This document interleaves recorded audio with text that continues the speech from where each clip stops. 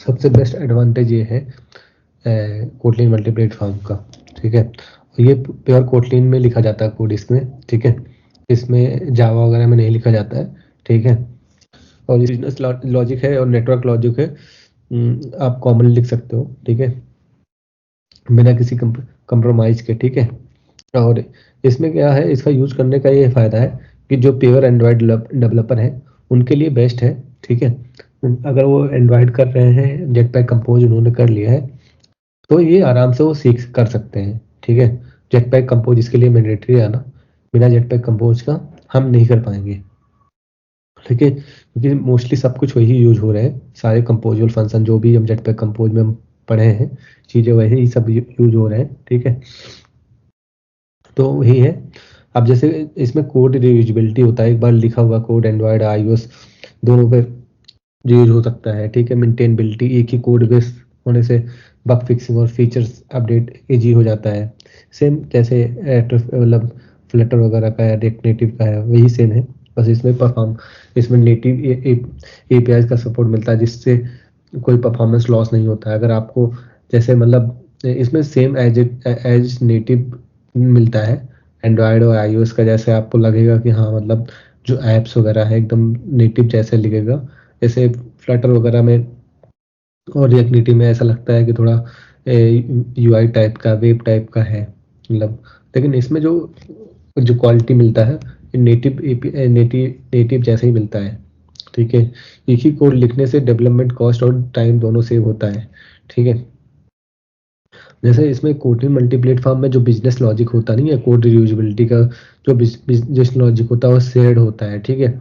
इसमें हम जो भी बिजनेस लॉजिक लिखते हैं, जैसे अगर कोई एपीआई कॉल कर रहे हैं, हम कोड शेयर उसमें शेयर फोल्डर कॉमन कोड में लिख लेंगे, वो एंड्रॉयड आईओएस में दोनों शेयर हो जाएगा, ठीक है, ठीक है।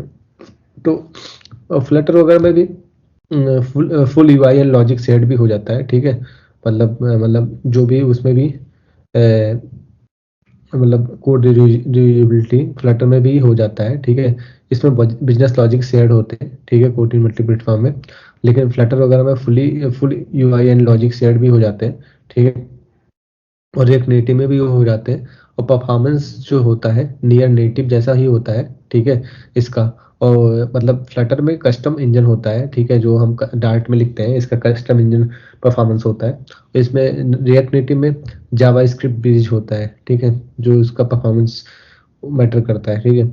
और इसका भी परफॉर्मेंस प्लेटफॉर्म फ्लेक्सिबिलिटी होते हैं, एंड्रॉयड आईओएस दोनों पे चलते हैं, ठीक है।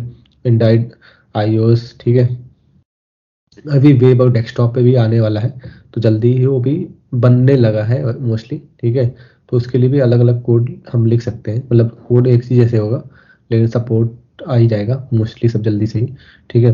अभी हम एंड्रॉयड आईओएस का देखते हैं, जैसे अभी फ्लटर वगैरह में भी एंड्रॉयड आईओएस वेब है, ऐसे ही इसमें भी है एंड्रॉयड आईओएस एंड वेब, ठीक है, ठीक है। एक ही कोड बेस से सब चलेगा, ठीक है। इसमें यूआई डेवलपमेंट के लिए हम नेटिव यूआई यूज करते हैं, ठीक है।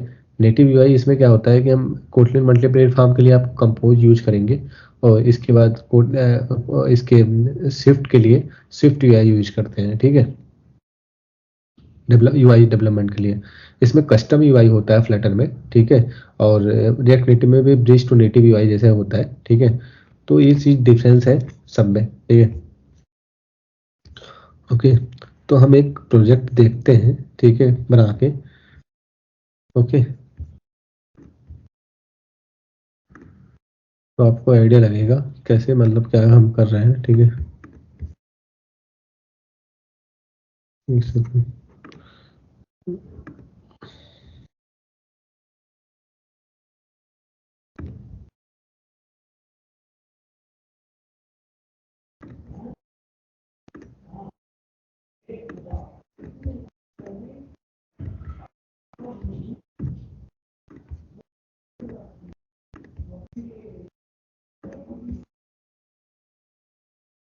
क्या हो गया, हैंग कर रहे तो।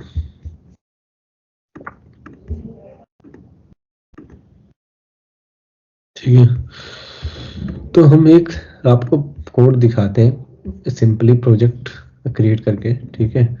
मोस्टली हम क्रिएट करके देखते हैं कि मतलब कैसे क्या होता है, क्या क्या कोड उसमें स्ट्रक्चर होता है, ठीक है, तो आपको आइडिया लगेगा कि हाँ ऐसे ही होता है कुछ। ठीक है, जैसे नया प्रोजेक्ट करते हैं ना, न्यू करके, जब हम न्यू प्रोजेक्ट करेंगे ना, तो यहाँ पे देखोगे तो अभी यहाँ पे मल्टी प्लेटफॉर्म का नहीं आ रहा है, यहाँ पे कोटिन प्लेटफॉर्म का तो पूरा वो बना देगा स्ट्रक्चर कोटिन मल्टी प्लेटफॉर्म का। अभी जैसे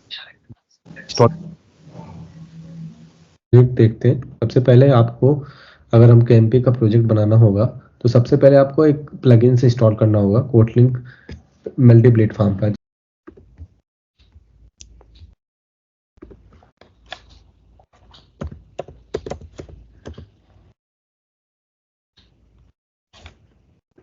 तो ये है,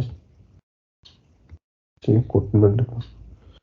तो ये देखो यहाँ बता भी रहा है कि ऐसे आएगा। ठीक है, तो मैं इंस्टॉल करता हूँ। उसके बाद रीस्टार्ट करना पड़ेगा आईडी।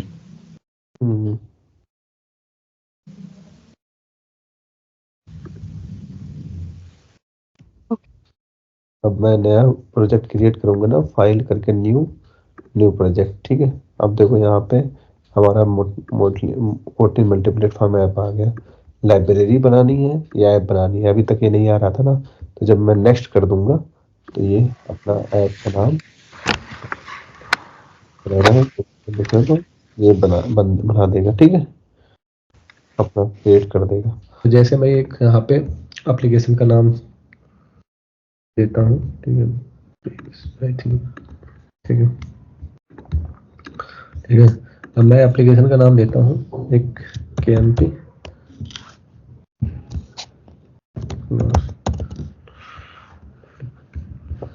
नेक्स्ट करता हूँ। तो ये एंड्रॉयड एप्लीकेशन का नाम जो आपको देना होगा, आप यहाँ नाम दे सकते हो। iOS ऐप का नाम भाई जो देना होगा आप iOS का ऐप का नाम दे सकते हैं। ठीक है, यहाँ पे नाम जो भी आप रहेगा वही ऐप का, जब आप ऐप इंस्टॉल करोगे तो वही दिखेगा। ठीक है, और शेयर्ड का नाम, शेयर्ड जो शेयर्ड मॉड्यूल होता है शेयर्ड के नाम से आया। ठीक है, जो भी नाम देना चाहते हो आप दे सकते हो। ठीक है, यहाँ पे, ठीक है, बाद में भी आप लेटर भी चेंज कर सकते हो, लेकिन आपको मन करे तो यहाँ पे आप दे सकते हो। यहाँ पे आप जैसे ही फिनिश करोगे तो ये हो गया, यहाँ पे कुछ फाइल इंपोर्ट होगा। ठीक है,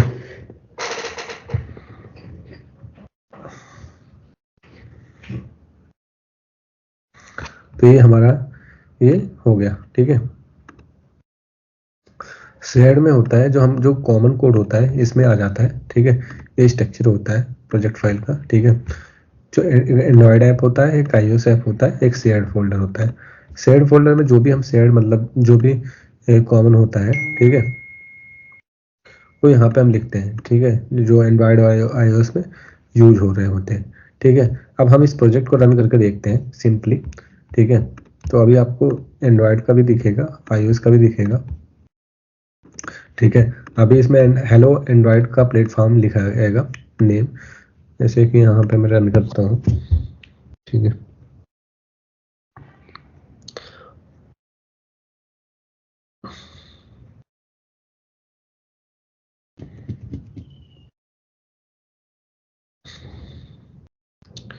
ठीक है, यहाँ पे रन हो गया एप्लीकेशन हेलो अंडर 34।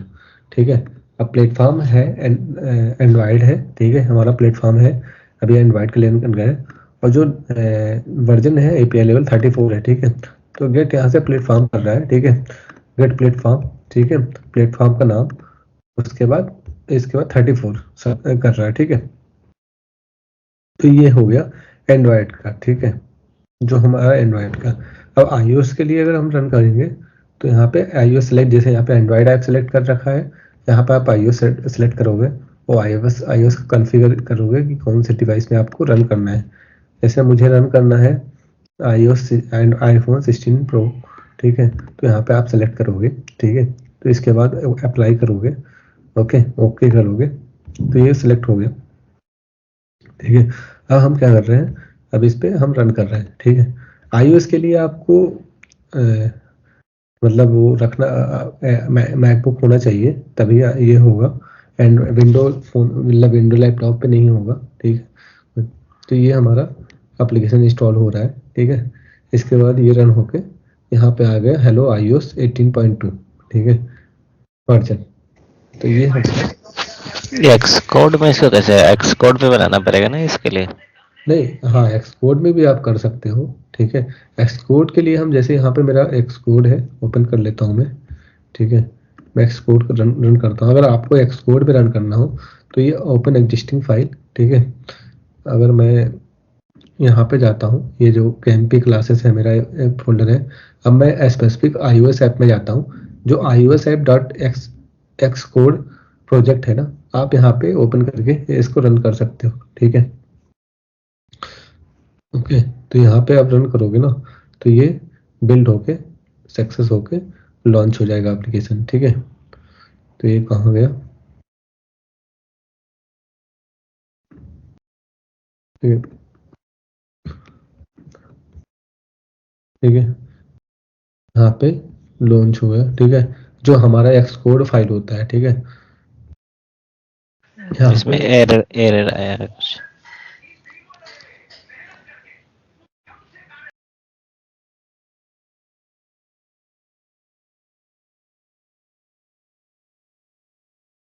ठीक है, ये हो गया, एरर नहीं है वो चीज़, ठीक है। तो ये हमारा ये एक्स कोड में आप रन कर सकते हो, ठीक है। तो ऐसा ही है, ठीक है। तो आप यहाँ से भी एक्स कोड में आप रन कर सकते हो, जो ये फाइल होती है ना, जो मैंने अभी बताया है, ठीक है। iOS एक्स कोड ऐप करके वो फाइल आपको रन करनी होती है, ओपन करनी होती है, तो ओपन हो जाएगा प्रोजेक्ट, ठीक है। इसके बाद आप यूआई के लिए तो फिर एक्स कोड पे ही करना पड़ेगा ना क्या? स्विफ्ट यूआई कहाँ लिखेंगे? यूआई तो अलग अलग लिखनी पड़ेगी इसके लिए। यहाँ पे लिख सकते हो ना, यहाँ पे प्रोजेक्ट फाइल है ना, ये सेड हो गया, ये iOS ऐप हो गया।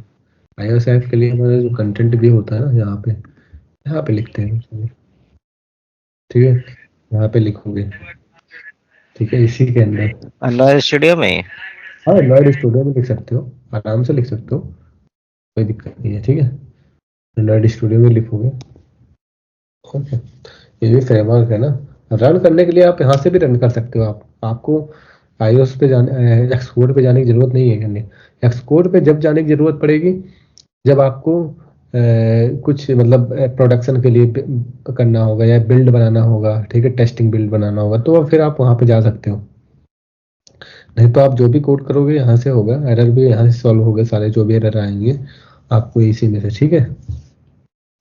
अब हमारा ये होता है, इसके बाद हमें स्पेसिफिक जैसे कुछ हमें वो देखना है कि भाई हमारी जो डिपेंडेंसी होती है वो आपको कहाँ पे दिखेगी, ठीक है। अब जैसे यहाँ पे ग्रेडल फाइल है ना, एक एक प्रोजेक्ट का KMP क्लास है, जैसे हमारा जो बनता था, ठीक है, एक मॉड्यूल का है, ठीक है, ओके। जैसे एंड्रॉयड स्पेसिफिक के लिए, ये एंड्रॉयड के लिए है, और ये होता है शेयर्ड का। शेयर्ड में होता है कि जो कॉमन होते हैं, जैसे कॉमन जो होंगे यहाँ पे डालेंगे, ठीक है। एंड्रॉयड का कुछ होगा तो यहाँ पे डालेंगे, ठीक है। और iOS का होगा तो iOS का, यहाँ पे एंड्रॉयड में इनका डिफाइन कर रहे हैं, ठीक है। iOS का यहाँ पे डिफाइन कर रहे हैं, ठीक है।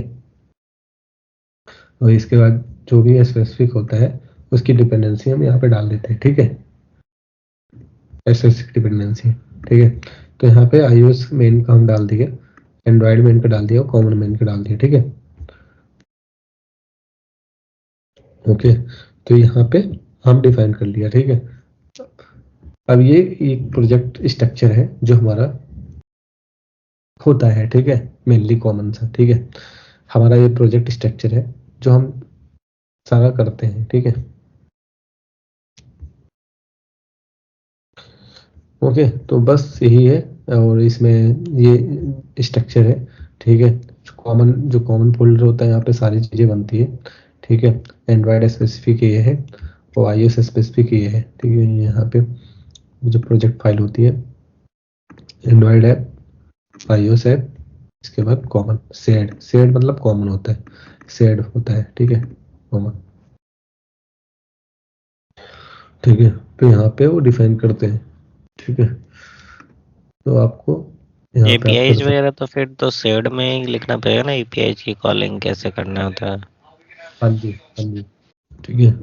मैंने एक API कॉल करके यहाँ पे लगाया है, ठीक है। अब इसमें मैंने क्या लिखा है, ठीक है, मैंने डिपेंडेंसी डाली केटोर का, ठीक है, एक लिस्ट दिखाया है केटोर क्लाइंट को, जो भी हम डिपेंडेंसी डालते थे वही ऐसे ही है, ठीक है। केटोर वर्जन है मैंने यहाँ पे डिफाइन कर रखा है, ठीक है, केटोर वर्जन 2.37 है, ठीक है। क्लाइंट कंटेंट नेगोशिएशन serializable के यूज किया है, क्लाइंट लॉगिंग के लिए केटोर serialization जेसन के लिए यूज किया गया है, ठीक है। अब केटोर एंड्रॉइड के लिए यूज किया है, एक केटोर क्लाइंट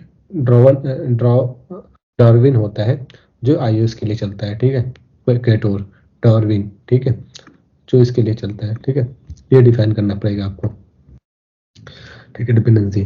तो ये डिपेंडेंसी डिफाइन करने के बाद हमारा जो शेयर मतलब जो iOS का मतलब एंड्रॉइड मतलब एक API से डेटा फैच करेंगे, ठीक है, और इसके बाद हम लिस्ट में दिखाएंगे, ठीक है, मतलब नॉर्मल, ठीक है। तो ये सारी बिल्ड आउट ग्रेडल फाइल की होती है, सारा ऑटोमेटिक डिफाइन कर देते हैं, ठीक है, अपने आप आ जाती है चीज़ें, ठीक है। ये एंड्रॉयड स्पेसिफिक होता है, अगर आपको एंड्रॉयड स्पेसिफिक कुछ करना होगा, जैसे वर्जन हो गया, टारगेट SDK हो गया, यहाँ पे चेंज करना होगा तो आप यहाँ पे चेंज कर सकते हो, ठीक है, इसका, ठीक है।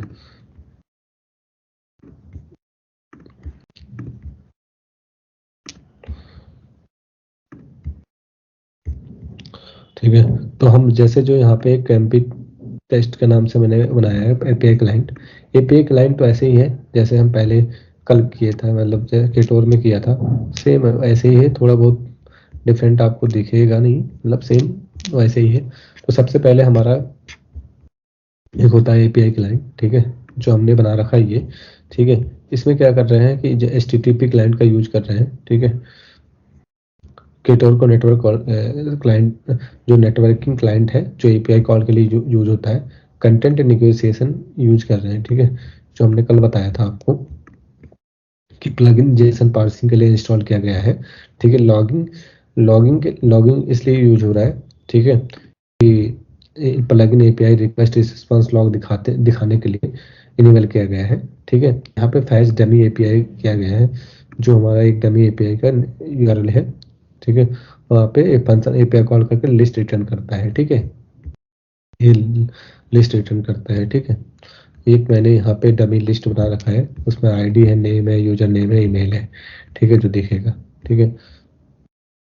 फिर एक मैंने यहाँ पे व्यू मॉडल बना रखा है, गेट डमी API लिस्ट को कॉल कर रखा है कोरूटीन्स का यूज करके, ठीक है, dispatcher.io, ठीक है, यहाँ पे, ओके। तो ये हमारा कोरूटीन्स dispatcher.io जो बैकग्राउंड थ्रेड पे कॉल कर रहा है, और fetch dummy API list API से डेटा फैच करता है, विद कॉन्टेक्स्ट dispatcher.io मेन है जो UI थ्रेड पे रिजल्ट रिटर्न करता है, ठीक है, ओके। तो ये रिजल्ट रिटर्न करता है, ठीक है। फिर इसके बाद कॉमन UI हो गया, यहाँ पे उसका लिस्ट बना रखे हैं, ठीक है। इसका मतलब ये है कि जो हमारा एक्सपेक्ट क्लास है, मतलब एक्सपेक्ट क्लास है ये, इसका मतलब क्या होता है, क्लास KMP का कॉन्सेप्ट है जिसमें प्लेटफॉर्म स्पेसिफिक इम्प्लीमेंटेशन होती है, ठीक है, इसमें स्पेसिफिक इम्प्लीमेंटेशन होती है।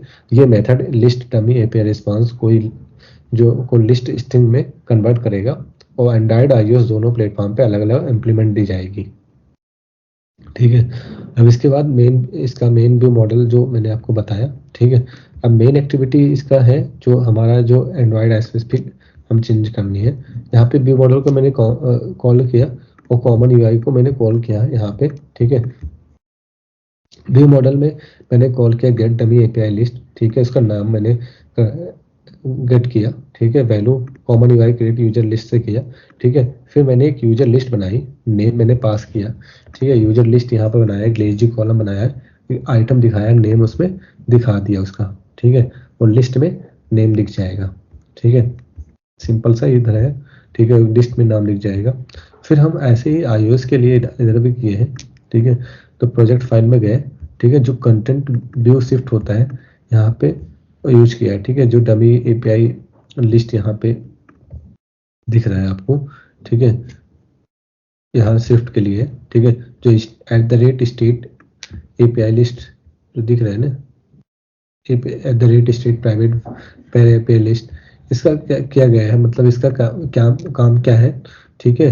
ताकि iOS पे भी सेम API डेटा मतलब जो लिस्ट मेंटेन करने का काम होता है, जो लिस्टें मेंटेन करता है, और on appear fetch API list है जो, ठीक है, on appear fetch API list है, ये डेटा को फैच कर रहा है, ठीक है। इसका काम क्या होता है कि API से डेटा फैच होता है और UI अपडेट होता है, ठीक है। और डिस्पैचर डॉट क्यू मेन एसिंग है, ठीक है, ये चीज़ ये क्या कर रहा है, तो यहाँ पे UI अपडेट के लिए मेन थ्रेड पे काम हो रहा है, ठीक है। तो यहाँ पे लिस्ट पे दिख जाएगा, ठीक है, उसको भी यहाँ से डेटा फैच करके। तो ये कॉमन है, मतलब एक सिंपल सी API मैंने कॉल करके किटोर का यूज करके दिखाया है, ठीक है। इसको रन करके देखते हैं एक बार, पहले हम एंड्रॉयड पे देखते हैं कि कैसा दिख रहा है, ठीक है। ठीक है, ये एंड्रॉयड पे दिखा, यहाँ पे सारे नेम आ गए, ठीक है, नेम जो भी है हमारे API से डेटा फैच करके नेम आ रहे हैं, ठीक है, सिंपल सा, ठीक है। ऐसे ही iOS का हम रन करके देखते हैं, ठीक है।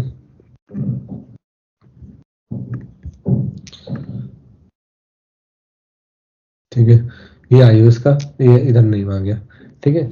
तो ये सिंपल सा एक API कॉल करके मैंने यहाँ पे दिखाया है, ठीक है। जो फैच API लिस्ट है मैंने कॉमन बनाया रखा है इसका, जो API कॉलिंग का, ठीक है, मॉडल क्लास और एक नेटवर्क क्लाइंट, ठीक है, दोनों का।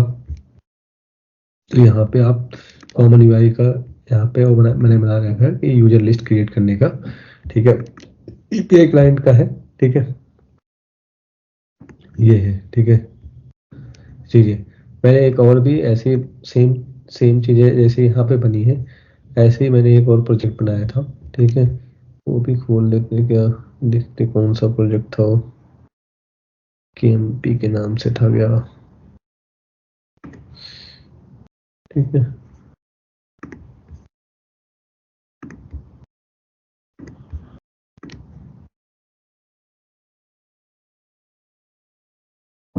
ठीक है, ये प्रोजेक्ट था सेम ऐसे वो भी है, तो इसमें तो बस थोड़ा UI में ज़्यादा कुछ दिखा दिया है, ठीक है। ओके, तो चीज़ वही है, ठीक है, इसमें हम थोड़ा मॉडिफिकेशन ज़्यादा कर दिए हैं, ठीक है। चीज़ें वैसे ही चल रही है, इसमें टेक्स्ट जो भी आपको चेंज करना होगा उसके अकॉर्डिंग आप चेंज बना सकते हो UI, ठीक है। कॉमन जो iOS में कॉमन फोल्डर है, ठीक है, प्रोजेक्ट फाइल हो गया, शेयर्ड में जो इसमें कॉमन मेन होता है, ठीक है, एक मैंने पोस्ट बना रखा है, ठीक है, user ID data title fetch post repository है, ठीक है, जो रिपोजिटरी जो हमारा जो क्लाइंट है, ठीक है। यहाँ पे भी मॉडल क्लासेस है, ठीक है, फैच पोस्ट का, ठीक है, यहाँ पे भी मॉडल क्लासेस है, ये फैच कर रहे हैं और पोस्ट रिपोजिटरी गेट कर रहा है डेटा, ठीक है। एक पोस्ट है, यूजर ID टाइटल पोस्ट दे रखा है, ठीक है। इसका यूज हम कर रहे हैं यहाँ पे कंटेंट व्यू में, ठीक है। यहाँ पे मैंने एक UI बना रखा है, ठीक है, पोस्ट रॉ का, ठीक है। इसके बाद हमारा जो व्यू है वो दिख रहा है, ठीक है। तो यहाँ पे इसका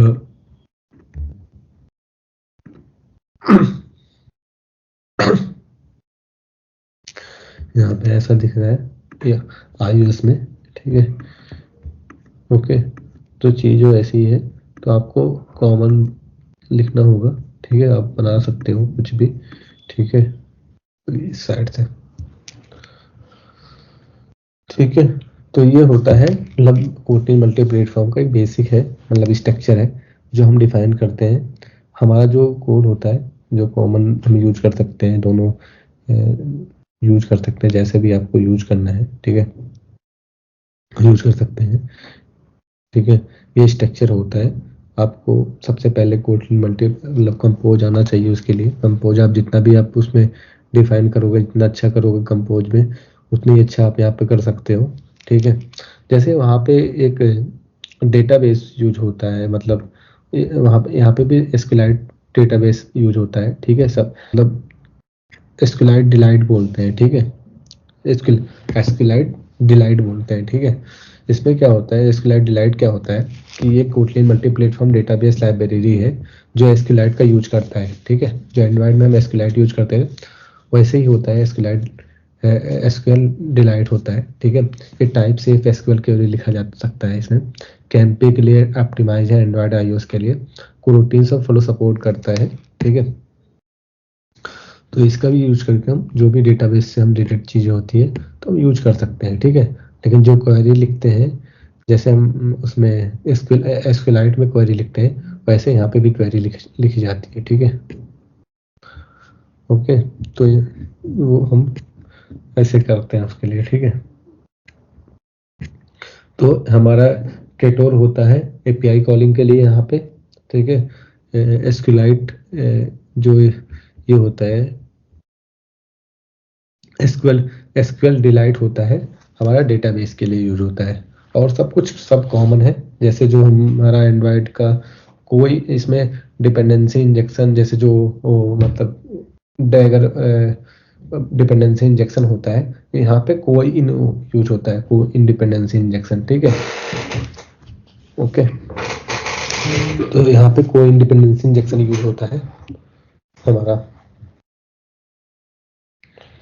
ठीक है। तो